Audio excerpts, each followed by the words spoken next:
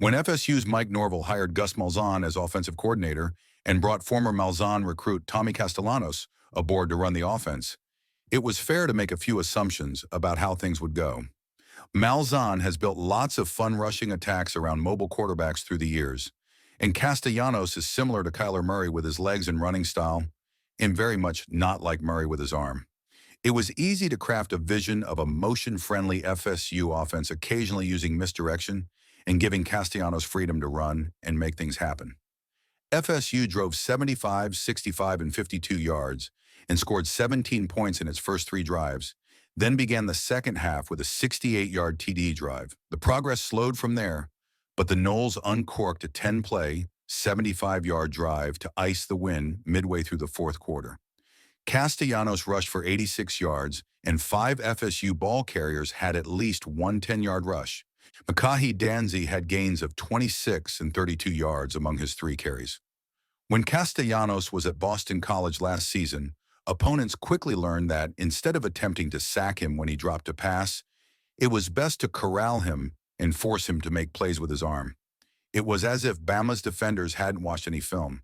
Time and again they flew in for the sack, only to see him spin away and make a play with his legs.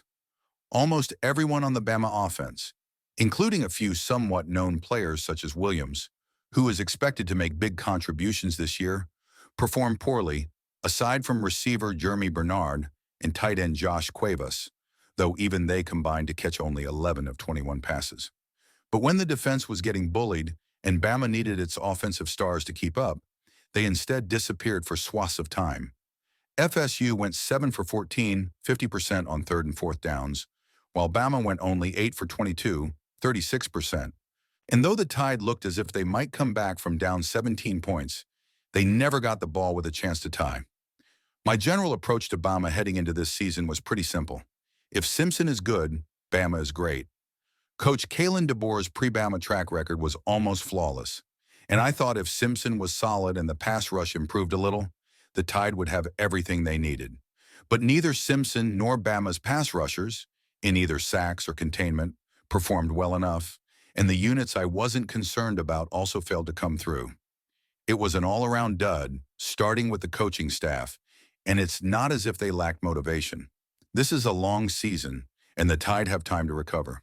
But it takes your GPA a while to rebound from an F on the first test of the semester.